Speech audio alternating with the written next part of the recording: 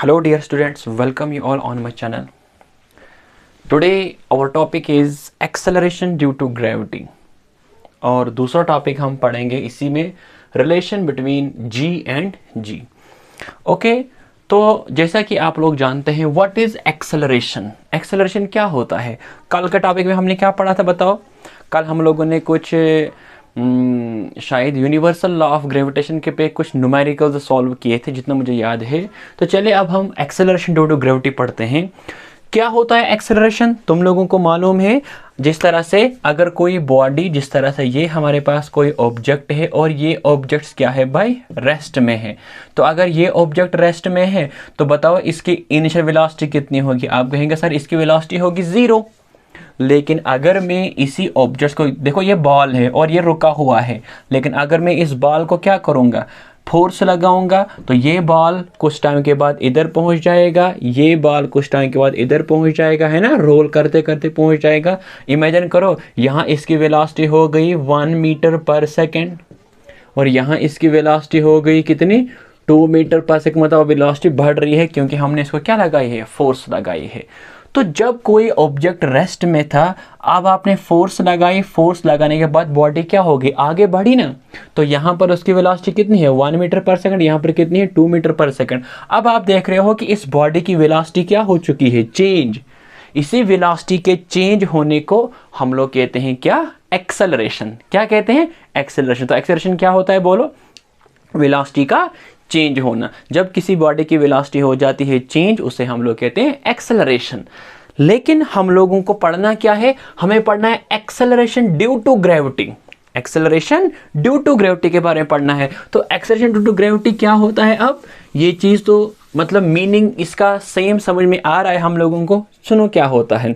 देखो अगर ये हमारे पास अर्थ है, ग्रेविटी क्या होता है बताओ, है ना, the force of attraction between the earth and the object. कहा था मैंने पीछे. हाँ देखो अब ये हमारे पास अर्थ है और यहाँ पर कोई मैंने ऑब्जेक्ट इस तरह से रखा, इस तरह से हाथ में इस तरह से मैंने कोई ऑब्जेक्ट रखा. अब अगर ये मैंने इस तरह से पकड़ के रखा है तो बताओ इसकी वेलोसिटी कितनी होगी, 0. यू क्या होता है, यू इनिशियल वेलोसिटी है.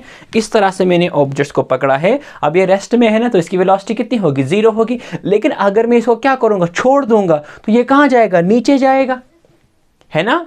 तो लेकिन जब यही ऑब्जेक्ट्स को हम छोड़ देंगे तो ये वाला ऑब्जेक्ट यहाँ पर पहुँच जाएगा, ये वाला ऑब्जेक्ट यहाँ पर पहुँच जाएगा, ये वाला object on the surface of the earth last पे पहुँच जाएगा. लेकिन तुम लोगों ने पढ़ा हुआ है बचपन से ही, 9th क्लास में भी, और मैंने जब बेसिक फिजिक्स आपको पढ़ाई थी वहाँ भी आपको मैंने कहा था कि जब भी कोई ऑब्जेक्ट कहाँ की तरफ आता है, नीचे की तरफ आता है, तो उसकी वेलोसिटी, मिसाल के तौर पर उसकी वेलोसिटी क्या हो जाती है, इंक्रीज हो जाती है. तो इमेजिन करो यहाँ इसकी वेलोसिटी है 1, यहाँ इसकी वेलोसिटी होगी 2 मीटर पर सेकंड, यहाँ इसकी वेलोसिटी होगी 3 मीटर पर सेकंड, और लास्ट पे कहाँ पर पहुंच गया, on the surface of the अर्थ. तो अब आप देख रहे हो कि ये वाला ऑब्जेक्ट हमने फेंका नहीं, बल्कि सिर्फ हमने छोड़ दिया. तो ये कहाँ गया, नीचे गया, है ना, गया ना नीचे. तो इसकी वेलोसिटी क्या हो चुकी है, इंक्रीज हो चुकी है.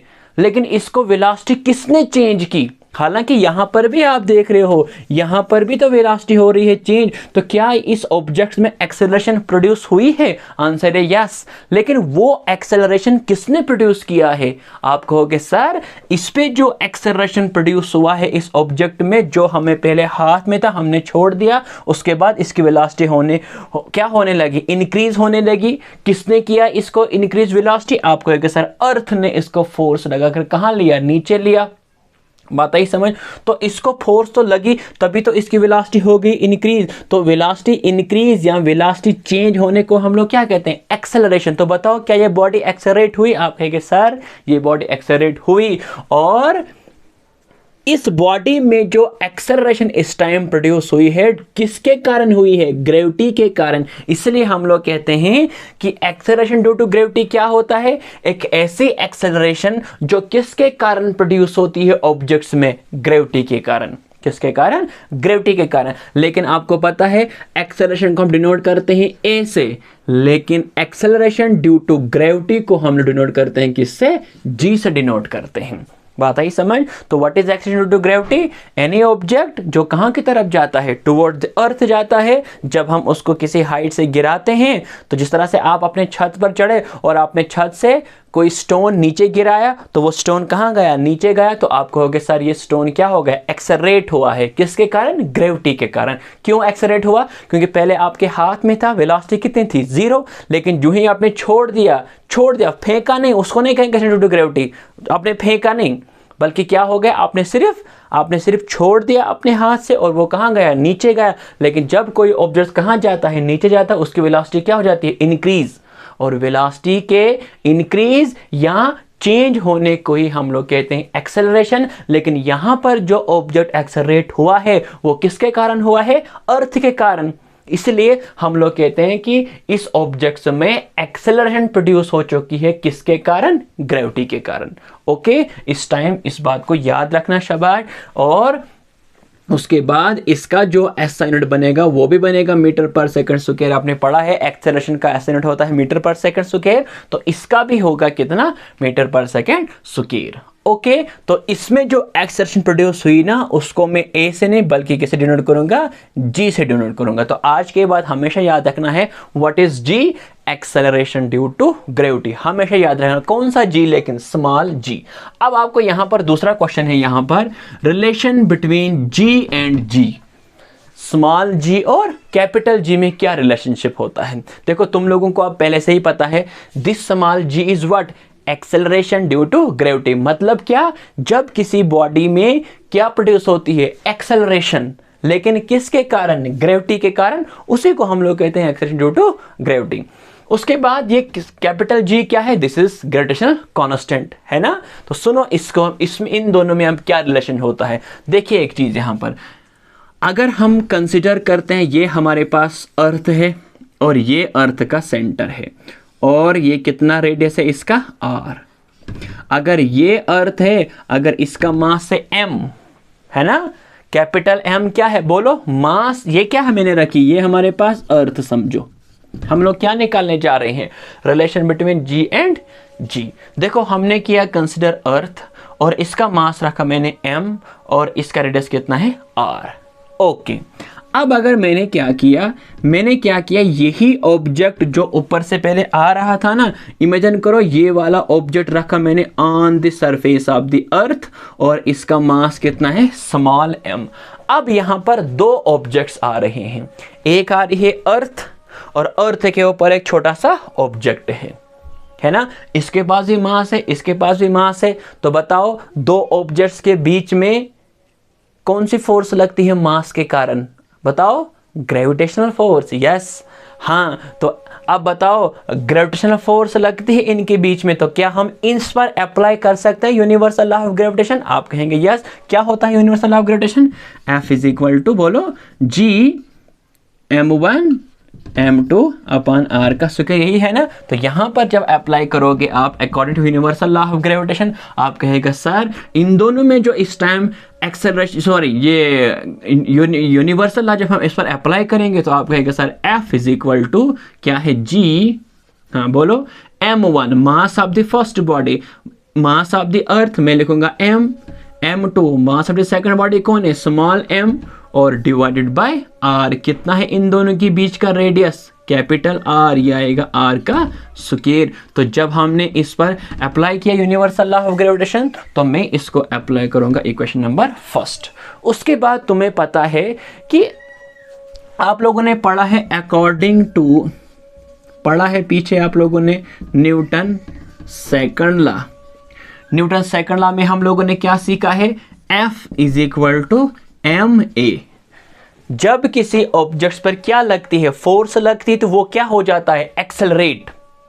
जब किसी ऑब्जेक्ट पर, बताओ, मार्कर की वेलोसिटी कितनी है? 0। क्यों? क्योंकि रेस्ट में। लेकिन अगर मैं इसको क्या लगाऊंगा? फोर्स लगा दूंगा, तो ये मार्कर कहां जाएगा? आगे जाएगा। इसकी वेलोसिटी क्या हो जाएगी? चेंज। तो इसको हम क्या कहेंगे? एक्सेलरेट। लेकिन अब आपके सामने दो चीजें हैं, एक है A और एक है G। मार्कर को मैंने फोर्स लगाकर क्या किया? एक्सेलरेट। वेलोसिटी होगी ना इसकी चेंज। तो इसके लिए कौन सा लगेगा? A या G? आपको सर इसके लिए लगेगा A। लेकिन जिसको अर्थ करती है एक्सेलरेट उसके लिए क्या लगूंगा मैं, जी। तो जब आप यहां पर देखोगे, यहां पर इसको कौन एक्सेलरेट करवाता है, अर्थ, तो यहां पर मैं लिखूंगा क्या, जी। ओके, समझ में आ गया, यस। तो मैं यहां पर रखूंगा क्वेश्चन नंबर सेकंड। अब देखो ये एफ और ये एफ, तो therefore from first and second क्या बनेगा फर्स्ट और सेकंड से, शाबाश। देखो इस एफ की जगह लिखो एम जी, क्योंकि एफ और ये भी एफ, जब आपने कंपेयर किया इस एफ की जगह आपने एम जी लिखा, तो ये बनेगा m g is equal to, बोलो, G M m upon r का स्क्वायर। ये एम और ये एम कैंसिल। बताओ जी क्या है, एक्सेलरेशन ड्यू टू ग्रेविटी किसके बराबर आ गया, gravitational constant mass of the earth divided by radius of the earth. आ गया कि नहीं आ गया, हाँ। तो एक्सेलरेशन ड्यू टू ग्रेविटी मतलब ग्रेविटी किस पे डिपेंड करता है, ग्रेविटी डिपेंड करता है मास ऑफ द अर्थ और रेडियस ऑफ द अर्थ। भाई जो ऑब्जेक्ट यहां पर था डेरिवेशन में, तो इसका कहीं मतलब नाम ही नहीं है छोटे इस ऑब्जेक्ट्स का, इस मतलब ये छोटा m तो है ही नहीं डेरिवेशन में। इसका मतलब क्या है कि ग्रेविटी जो है ये किस पर डिपेंड करती है, ये डिपेंड करती है मास ऑफ द अर्थ पे और रेडियस ऑफ द अर्थ पे। और ये g क्या है, ग्रेविटेशनल कांस्टेंट, इसकी वैल्यू तुम लोगों को पता है ना, g की वैल्यू भी तुम लोगों को पता है, मास ऑफ द अर्थ हम लोगों को मालूम है, रेडियस ऑफ द अर्थ हम लोगों को मालूम है। तो उसका बाद जब हम इन सभी वैल्यूज को यहां पुट करते हैं ना, फिर से समझाऊंगा मैं, जी की वैल्यू भी आप लोगों को पता है, मास ऑफ द अर्थ आपको पता है, रेडियस ऑफ द अर्थ आप लोगों को पता है। और जब आप इन सभी वैल्यूज को पुट करोगे ना, तो इसको कैलकुलेट करने के बाद आता है 9.8। जी क्या है, जी एक्सेलरेशन ड्यू टू ग्रेविटी, क्या होता है इसका यूनिट, मीटर पर सेकेंड स्क्वायर। मतलब क्या है, अब ग्रेविटी डिपेंड नहीं करती है मास ऑफ द ऑब्जेक्ट पे, ग्रेविटी सिर्फ डिपेंड करती है जिस प्लेनेट पर आप बैठे हो। हम लोग अर्थ पर बैठे हैं, जैसे अब मैंने क्या किया, सुनना इधर। ये मेरे पास है मार्कर, ये मार्कर है और इसका ढक्कन है। अगर मैं इन दोनों को सेम हाइट से गिराऊंगा, जैसे मैंने इसको फॉल करवाया, मैंने इसको दोनों को छोड़ दिया, तो बताओ कौन जल्दी पहुंचेगा अर्थ पे, ढक्कन या मार्कर? आप सोचोगे सर मार्कर पहुंचेगा, लेकिन आप थोड़ा खुद ट्राई करो, सेम हाइट से पेन और पेन का ढक्कन गिराओ, आप देखोगे सेम टाइम पर ये दोनों पहुंच जाएंगे। इसका मास कम, इसका मास छोटा, अर्थ है ना नीचे, है ना भाई। ग्रेविटी डिपेंड ही नहीं करती है आने वाले ऑब्जेक्ट्स पे, ग्रेविटी डिपेंड करती है सिर्फ मास ऑफ द अर्थ और रेडियस ऑफ द अर्थ पे। इसका मतलब अगर आप इन दोनों ऑब्जेक्ट्स को छोड़ोगे ना फ्रॉम सम हाइट, तो ये एक साथ पहुंचेंगे। कहां पर, कहां पे बोलो, on the surface of the अर्थ। क्यों पहुंचेंगे एक साथ, क्यों देखो पहले ट्राई तो करो, ये एक साथ पहुंच जाएंगे। कहां से, जहां से आपने गिराया, और एक साथ पहुंच जाएंगे on the surface of the अर्थ। क्यों, क्योंकि दोनों मार्कर का ढक्कन भी और मार्कर भी, ये दोनों एक्सेलरेट हो जाएंगे किस वेरिएशन से, 9.8 मीटर पर सेकंड स्क्वायर इनकी एक्सेलरेशन होगी, और ये एक साथ पहुंच जाएगी जमीन पर। ये नहीं कहना कि बड़े वाले ऑब्जेक्ट्स को अर्थ जल्दी ले जाएगी नीचे और छोटे वाले ऑब्जेक्ट्स को देर से ले जाएगी, नो, ऐसा नहीं होता है। क्यों, क्योंकि यहां से हमने सीखा कि ग्रेविटी डिपेंड नहीं करती है कौन सा ऑब्जेक्ट आ रहा है, बड़ा कि छोटा, ग्रेविटी सब पर बराबर लगती है, चाहे ऑब्जेक्ट छोटा हो चाहे ऑब्जेक्ट बराबर हो, और दोनों एक्सेलरेट होते हैं किससे, 9.8 मीटर पर सेकंड स्क्वायर। इसकी एक्सेलरेशन भी वही होगी, इसकी एक्सेलरेशन भी वही होगी, इसलिए जमीन पर एक साथ पहुंचते हैं। अब आप ये नहीं समझना कि ग्रेविटी सिर्फ डिपेंड करती है मास of the earth, radius of the अर्थ पे, नहीं, जिस अर्थ भी तो एक प्लेनेट है ना। अब अगर आप कहां पर गए, आप गए किसी दूसरे प्लेनेट पर, आप वीनस पर गए या मार्स पे गए, आप लोग बात आई समझ। तो आप लोग जानते हैं कि हर एक प्लेनेट का अलग अलग मास है, तो अगर अलग अलग प्लेनेट का अलग अलग मास है तो जी की वैल्यू भी अलग अलग होगी। ये जी की वैल्यू कहां पर है, ये जी की वैल्यू जो 9.8 है ना, ये सिर्फ कहां पर है, on the surface of the अर्थ। इसका मतलब जी की वैल्यू क्या हो जाती है, चेंज। ये नहीं कहना कि जी की वैल्यू बराबर होगी हर जगह, नहीं। जिस तरह से आपको पता है मून का मास क्या है, कम है ना, एज कंपेयर टू अर्थ, इसलिए मून पर जी की वैल्यू क्या होती है, कम होती है एज कंपेयर टू अर्थ। बात आई समझ। तो जिस प्लेनेट पर आप बैठे हो वहां जी की वैल्यू किस पर डिपेंड करती है। जैसे आप लोग मून पर गए तो मैं बोलूंगा बताओ यहां पर जी की वैल्यू क्या है, आप कहेंगे सर हमें पता होना चाहिए मून का मास और मून का रेडियस, तो उसके बाद हम जी की वैल्यू का कैलकुलेट कर सकते हैं। ओके, इसलिए जब आप कोई ऑब्जेक्ट्स किसी हाइट से गिराते हैं तो वो एक साथ जमीन पर पहुंच जाते हैं, क्योंकि ग्रेविटी सब पर क्या लगती है, बराबर लगती है। ग्रेविटी डिपेंड नहीं करती है आने वाले ऑब्जेक्ट्स पे, ग्रेविटी सिर्फ डिपेंड करती है जिस प्लेनेट पर आप लोग बैठे हो।